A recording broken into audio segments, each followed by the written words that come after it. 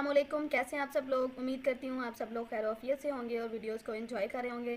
तो आज मैंने सोचा कि बहुत से लोग मेरे से रिक्वेस्ट कर रहे हैं कि एक फैमिली वीज़ा या जो जर्मनी के लिए हम वीज़ा अप्लाई करते हैं उसके लिए हमें एक फॉर्म फिल करने की जो है वो ट्यूटोरियल दे दें, एक वीडियो बना दें।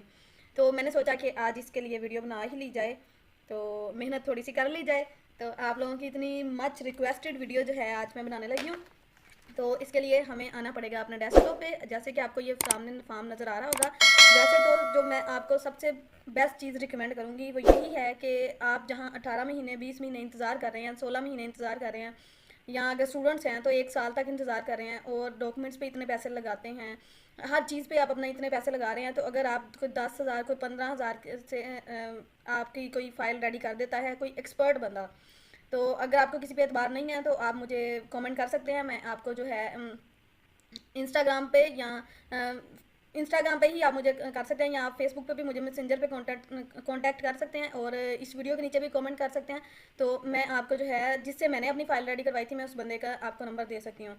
तो ये कोई भी जो है उनके मुझे कोई वो नहीं है कि आप मैं उनको प्रमोट कर रही हूँ, ऐसा कोई चक्कर नहीं है। लेकिन ये है कि उन्होंने मेरी बहुत अच्छी फाइल बनाई थी जिसकी वजह से आज मैं जर्मनी में बैठी हुई हूँ। तो मैं ये नहीं कि प्रमोट कर रही हूँ उन लोगों को कि जो ये काम करते हैं, लेकिन मैं ये ज़रूर कहूँगी कि बजाय कि आप कोई एरर्स करें, आप कोई गलतियाँ करें, आप कुछ भी गलत लिखें जिसकी वजह से जो है, जैसे अब मैं कोई एक्सपर्ट बंदा नहीं हूँ तो मुझे आप सब लोगों ने ये रिक्वेस्ट की कि ये वीडियो बनाएं, तो मैंने अपने ही फॉर्म की एक मेरे पास कॉपी पड़ी हुई थी, तो मैं उसको देखते हुए जो है वो आपको गाइड कर रही हूँ कि आपने कौन से ब्लैंक में क्या लिखना है, ठीक है।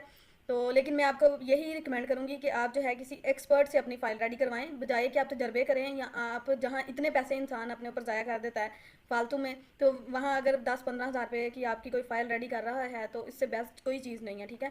तो लेकिन ये है कि वो रिलायबल बंदा होना चाहिए, ये भी हो कि ये ना वो बंदा पहले से ये काम में एक्सपर्ट हो, ये ना हो कि वो बंदे को कुछ भी ना पता हो और वो आपके ऊपर तजर्बा कर रहा हो। तो इसलिए किसी का भी तजर्बा बनने से परहेज़ करें और ख़ुद भी तजर्बे करने से परहेज़ करें। तो जहाँ इंसान इतने पैसे खर्च कर लेता है वहाँ थोड़े से और भी कर लेने चाहिए। तो मैं भी कोई एक्सपर्ट नहीं हूँ, तो मैं भी एक इंसान हूँ और जहाँ तक मेरा नॉलेज है मैं उतना ही आपके साथ शेयर कर सकती हूँ। इससे ज़्यादा मुझे नहीं पता, मैं ना आपको बता सकती हूँ। जो जिस रास्ते से मैं गुजरी, जो चीज़ें सारी मुझे पता थी, तो वो सारी मैंने आपके साथ शेयर करने की पूरी कोशिश की है अपनी पिछली वीडियोज़ में भी, अगर आपने देखी हो तो। अगर नहीं देखी तो आप जाकर देख सकते हैं, ठीक है। तो मैंने इंगेजमेंट वीज़ा था, मैंने उसके हवाले से, क्योंकि कहीं पर भी ना एम्बेसी की वेबसाइट पर ना यूट्यूब पर कहीं पर भी कोई कॉन्टेंट नहीं था, इसके बारे में कोई इन्फॉर्मेशन नहीं थी, तो मैंने सोचा कि क्यों ना मैं अपना सारा जो है वो शेयर करूँ, मेरी वजह से अगर किसी की हेल्प हो जाए। तो अभी जो मैंने अपनी फ़ाइल रेडी करवाई थी, मैंने एक्सपर्ट बंदे से करवाई थी, उसका एक अच्छा खासा सालों का एक्सपीरियंस है इस काम में, तो मैंने इसलिए उससे ये करवाया था और उसने मुझे बहुत अच्छे मशवरे दिए थे।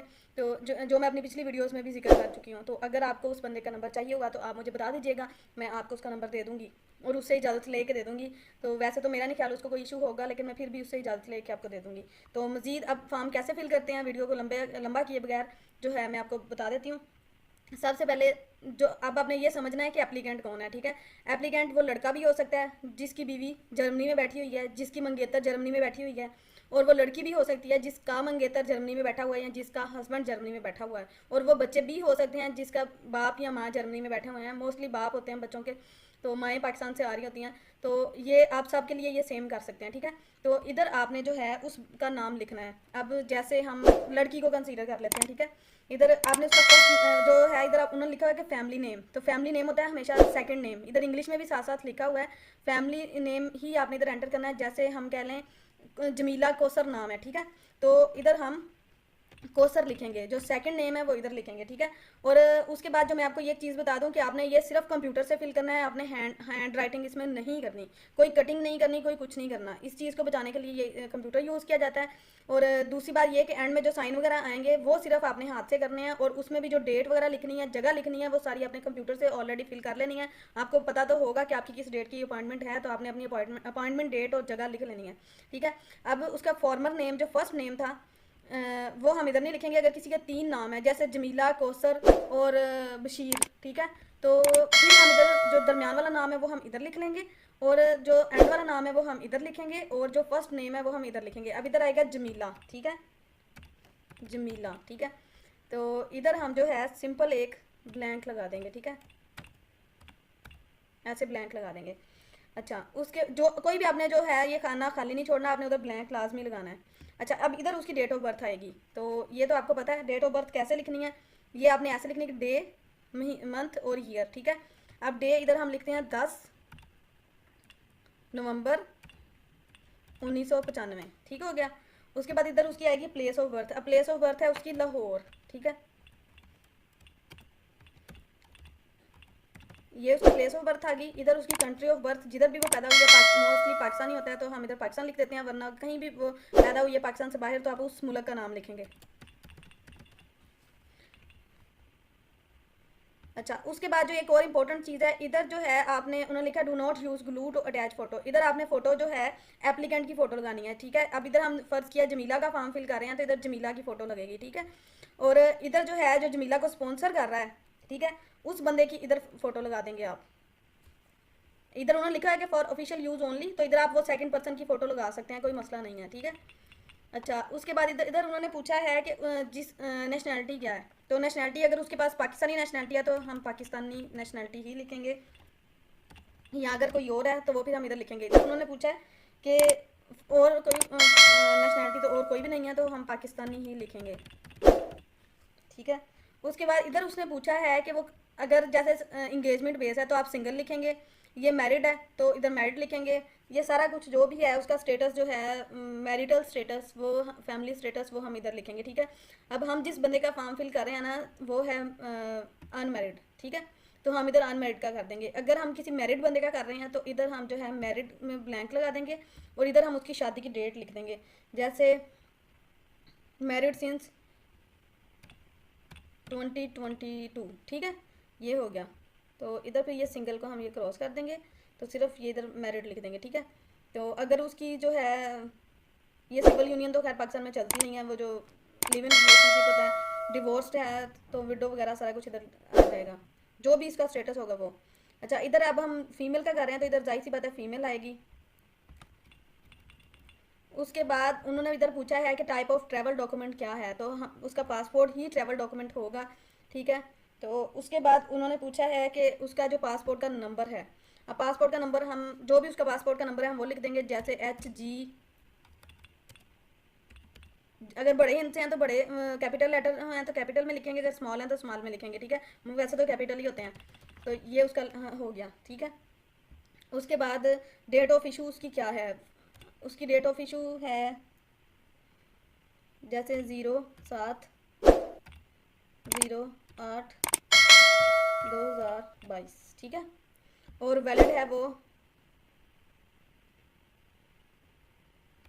05/08/2027 तक, ठीक है। और issued by government of Pakistan, जाहिर सी बात है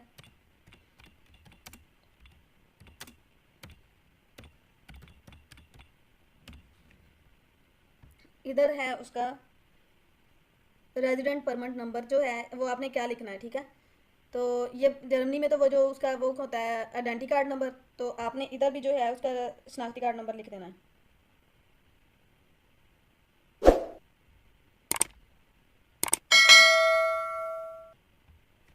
जो भी उसका शनाख्ती कार्ड नंबर होगा वो लिख देंगे। अगर आपको नहीं पता तो आप इधर सिंपल पाकिस्तानी नेशनल भी लिख सकते हैं, ठीक है।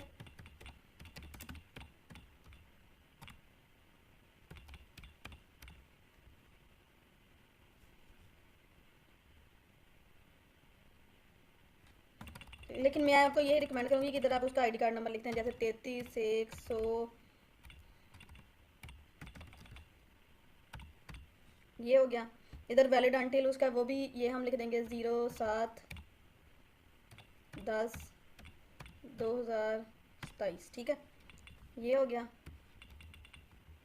उसके बाद इधर आप उसके घर का एड्रेस लिखेंगे। उसके घर का एड्रेस हमने फर्ज किया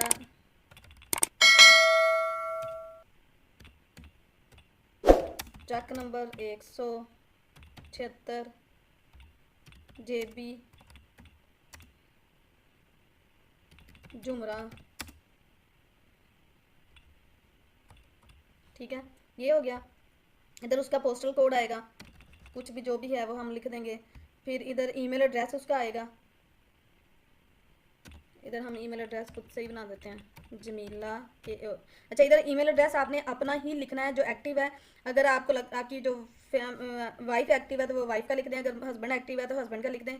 मतलब कि वो बंदा जो है वो अपनी ईमेल पढ़ भी सके और चेक भी कर सके। अगर एम्बेसी कोई भी आपसे कांटेक्ट करती है तो आपके पास उसको पता चले टाइम पे कि क्या है क्या नहीं। ये ना हो कि एम्बेसी की ईमेल्स आ रही हैं और आपको खैर से पता ही नहीं चल रहा। तो इसलिए जो भी हस्बैंड वाइफ में से एक्टिव पर्सन है उसका ईमेल एड्रेस लिखना ज़्यादा बेहतर है।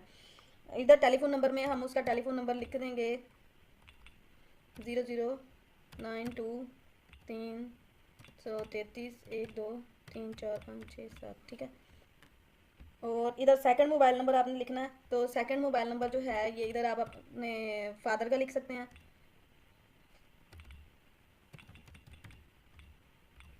ये हो गया। अब नेक्स्ट पेज पे हम जाएंगे।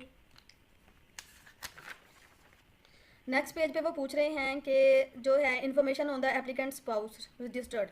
तो जाहिर सी बात है अगर वो मैरिड है तो आप उसके हस्बैंड का नाम लिख देंगे। जैसे अब हम इधर उसका नाम लिख देंगे हस्बैंड का सर नेम, ठीक है।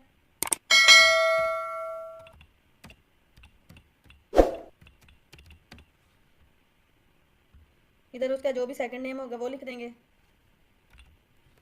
और फर्स्ट नेम उसका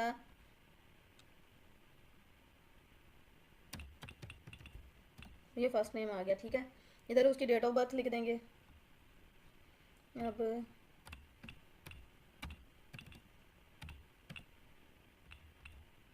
ये हो गई। उसके बाद प्लेस ऑफ बर्थ उसका जो भी है, ठीक है, जर्मनी है पाकिस्तान है वो सारा लिख देंगे। इसका भी चलो लाहौर ही कर देते हैं, ठीक है। उसके बाद ये मैं सारे फर्जी लिख रही हूँ तो आपने जो भी है वो लिखना है हस्बैंड का, ठीक है। और अगर अनमैरिड है, ठीक है, इधर एक मैंने चीज़ बतानी थी, अगर अनमैरिड है तो आपने इधर सिर्फ इस तरह के वो ब्लैंक लगा देना है सारे में। अगर मैरिड है तो फिर आप लिखेंगे, तो अगर अनमैरिड है तो जाहिर सी बात उसका स्पाउस ही नहीं है तो इसलिए वो नहीं आएगा। और नेशनैलिटी उसके पास हम जर्मनी की कर देते हैं।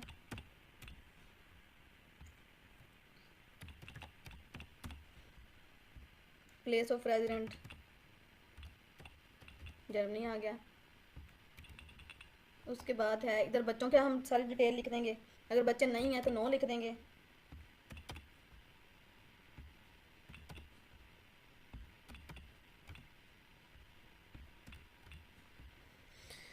अगर बच्चे हैं तो आप इधर बच्चों की डिटेल लिखेंगे और बच्चों के फॉर्म अलग से फिल करने हैं और उनका बस वो शुरू में अपने नाम वगैरह और वही सारी डिटेल देनी है। बाकी सारी जो है वो फॉर्म साथ अटैच होंगे तो इसलिए ज़रूरत नहीं पड़ेगी।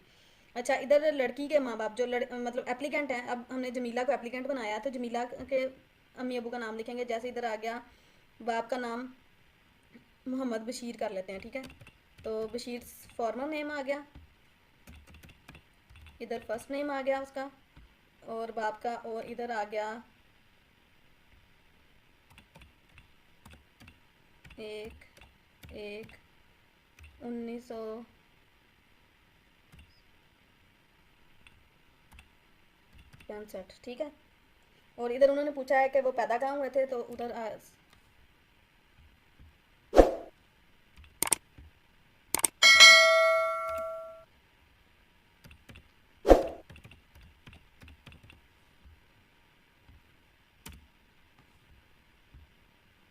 अच्छा, इधर उनकी नेशनलिटी जाहिर सी बात है वो बेचारे पाकिस्तानी हैं तो पाकिस्तानी ही लिखेंगे।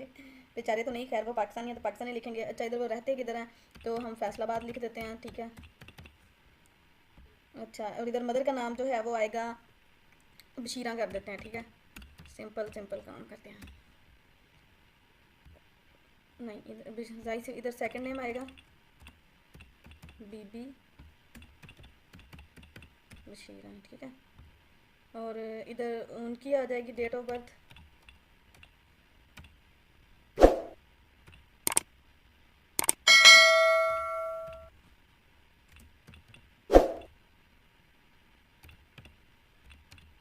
चलो, इधर उनकी भी नेशनैलिटी आ जाएगी।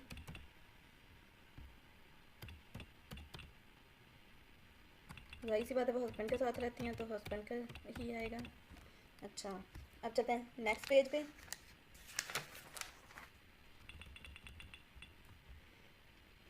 अच्छा, इधर उन्होंने पूछा है आपसे, have you ever been to Germany before, कभी आप जर्मनी गए हैं? तो अगर आप गए हैं तो अपने यस लिख देना, visit visa study visa what ever, ठीक है। अगर आप नहीं गए तो अपने नो लिख देना है। और उन्होंने पूछा है कि if so enter dates and places of last 5 stage. अगर आप गए हैं तो आपने किया ही नहीं है तो आप इधर नो लिख देंगे, ठीक है। उसके बाद इधर आ गए हम, तो इधर आपने जहाँ जाना है, intended place of stay in Germany, जो आपके पार्टनर की जगह है, जो जिसके पास आप जा रहे हैं, तो इधर आपने वो वाला एड्रेस लिख देना है। जैसे हम कर देते हैं फ्रैंकफर्ट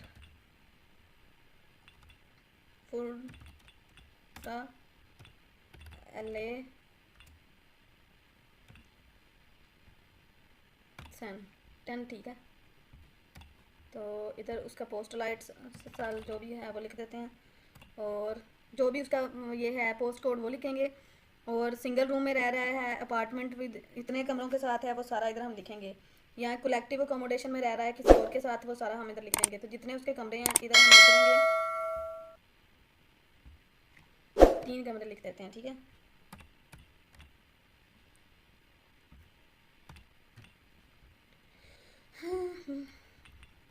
अच्छा, उसके बाद इधर उन्होंने पूछा do you intended to maintain your permanent resident outside, कि अगर आप जर्मनी से बाहर आना चाहती हैं तो आप जाहिर सी बात है उधर परमानेंट जा रहे हैं तो आप नहीं लिखेंगे, ठीक है। उसके बाद उन्होंने पूछा है कि do family member intended to company you, कि आपके फैमिली मेम्बर आपको कंपनी करना चाहते हैं। तो आप जाहिर सी बात है अकेले जा रहे हैं तो आप अकेले ही जाएंगे। तो अगर आप अपने बच्चों के साथ जा रहे हैं तो मतलब फैमिली मेम्बर आपकी बैक साइड की फैमिली आती है, तो इधर आप नो ही लिखेंगे। उसके बाद उन्होंने पूछा है कि आप किस मकसद के लिए जा रहे हैं, एम्प्लॉयमेंट के लिए जा रहे हैं, स्टडी के लिए जा रहे हैं, तो उसके बाद लैंग्वेज कोर्स के लिए या फैमिली रीयूनियन। तो आप फैमिली रीयूनियन वीज़ा पे जा रहे हैं तो इसलिए आप ये करेंगे। अगर आपका इंगेजमेंट वीज़ा है तो फिर आप ये लिखेंगे, ठीक है। और इफ़ एप्लीकेटेड इंटेंटेड एम्प्लॉयमेंट, अगर आप जॉब के वीज़े पे जा रहे हैं तो उसका इधर लिखेंगे। तो अदरवाइज़ आप इधर लिखेंगे, इधर नीचे रेफरेंस लिखेंगे अपना।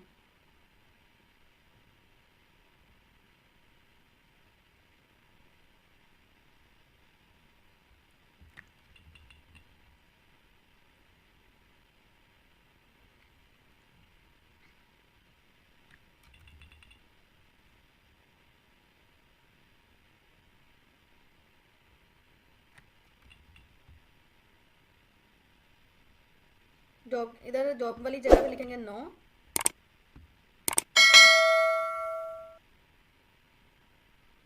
और इधर आप लिखेंगे, अगर आपका कोई और है तो आप एंगेजमेंट बेस है मतलब, तो आप इधर लिखेंगे for marriage ceremony according to German law.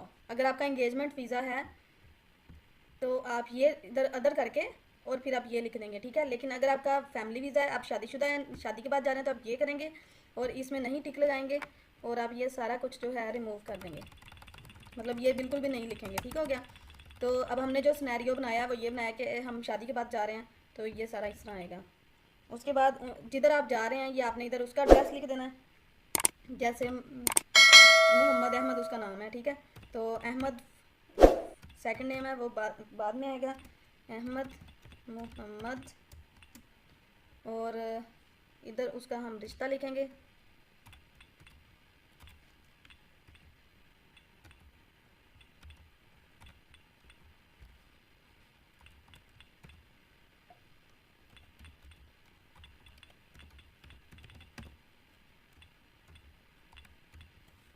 उसके बाद इधर उसका हम एड्रेस लिख देंगे, ठीक है।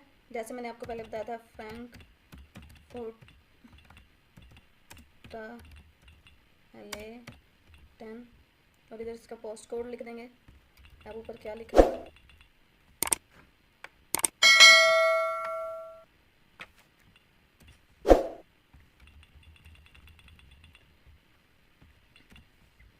इधर उसका मोबाइल नंबर लिख देंगे।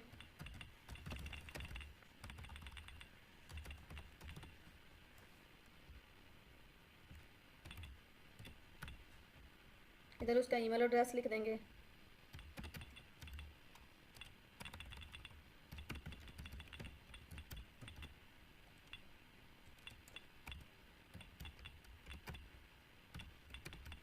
ठीक है। और इसके बाद जो है नेक्स्ट पेज पे आ जाएंगे। नेक्स्ट पेज पे अगर आप कोई जॉब करते हैं, इफ़ यू करंट, आपका जो करंट प्रोफेशन है तो वो आप लिख देंगे। अगर आप हाउसवाइफ हैं तो हाउसवाइफ लिख देंगे, ठीक है।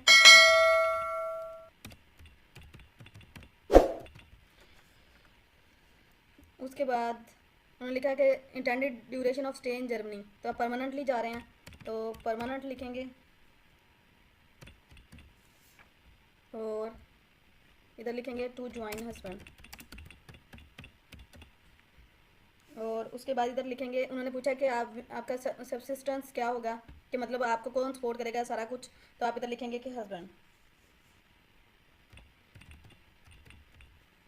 अरेंज्ड बाय हस्बैंड, ठीक है। इधर आप ये लिख देंगे। इसके बाद उन्होंने पूछा है कि हेल्थ इंश्योरेंस जो federal, do you have health insurance that cover the Federal Republic of Germany, तो अभी आपके पास कोई हेल्थ इंश्योरेंस नहीं है तो आप नो बोलेंगे। उसके बाद उन्होंने पूछा है कि have you ever been convicted, क्या आपको कभी डिपोर्ट हुए हैं, अगर आप यस हाँ हैं तो हाँ करेंगे, अगर नो है तो नो लिखेंगे, ठीक है। और क्या रीज़न थी वो सारी, अगर आपकी यस है तो वो सारा कुछ आप इधर लिख देंगे, ठीक है। अगर किसी जर्मनी के अलावा किसी और कंट्री से हुए तो उसका इधर लिख देंगे, ठीक हो गया।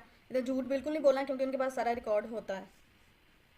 और उसके बाद जो है उन्होंने पूछा है इधर आपसे, have you ever been expelled or deported from the Federal Republic of Germany, have had an application for a residence permit rejected or been refused entry into the Federal Republic of Germany, कभी भी आपके ऊपर कोई objection लगी है वीज़े के ऊपर किसी भी कंट्री की तो आपने वो लिखनी है।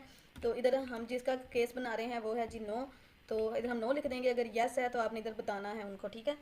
उसके बाद उन्होंने नेक्स्ट पूछा है कि do you suffer from any of the disease mentioned in footnote number 1, please also state if you are suspected of suffering from any of these diseases, कोई भी आपको ऐसी बीमारी कोई है तो आप उसके बारे में लिख देंगे। तो हमारे जो है एप्लीकेंट वो बिल्कुल सेहतमंद है तो उसका हम नो लिख देंगे, ठीक है। इसके बाद इधर आपके साइन आ जाएंगे, ये आपने हाथ से करने हैं बाद में, और इधर जो है आपकी डेट आ जाएगी। अब हम इस्लामाबाद का केस है हमारे पास, तो इस्लामाबाद है तो इस्लामाबाद लिख देंगे, कराची है तो कराची लिख देंगे।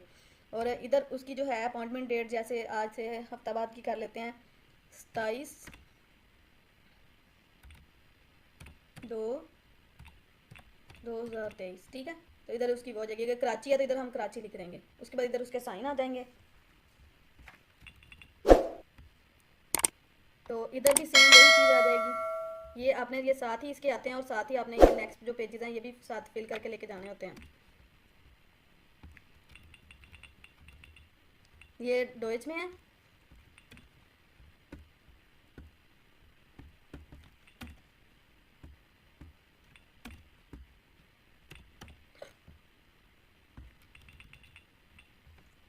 इधर भी आपने साइन करना है और इधर भी आपने, ये आप बाद में हाथ से भी लिख सकते हैं, इसका कोई मसला नहीं है, ये अभी इधर एडिट नहीं हो रहा, ठीक है।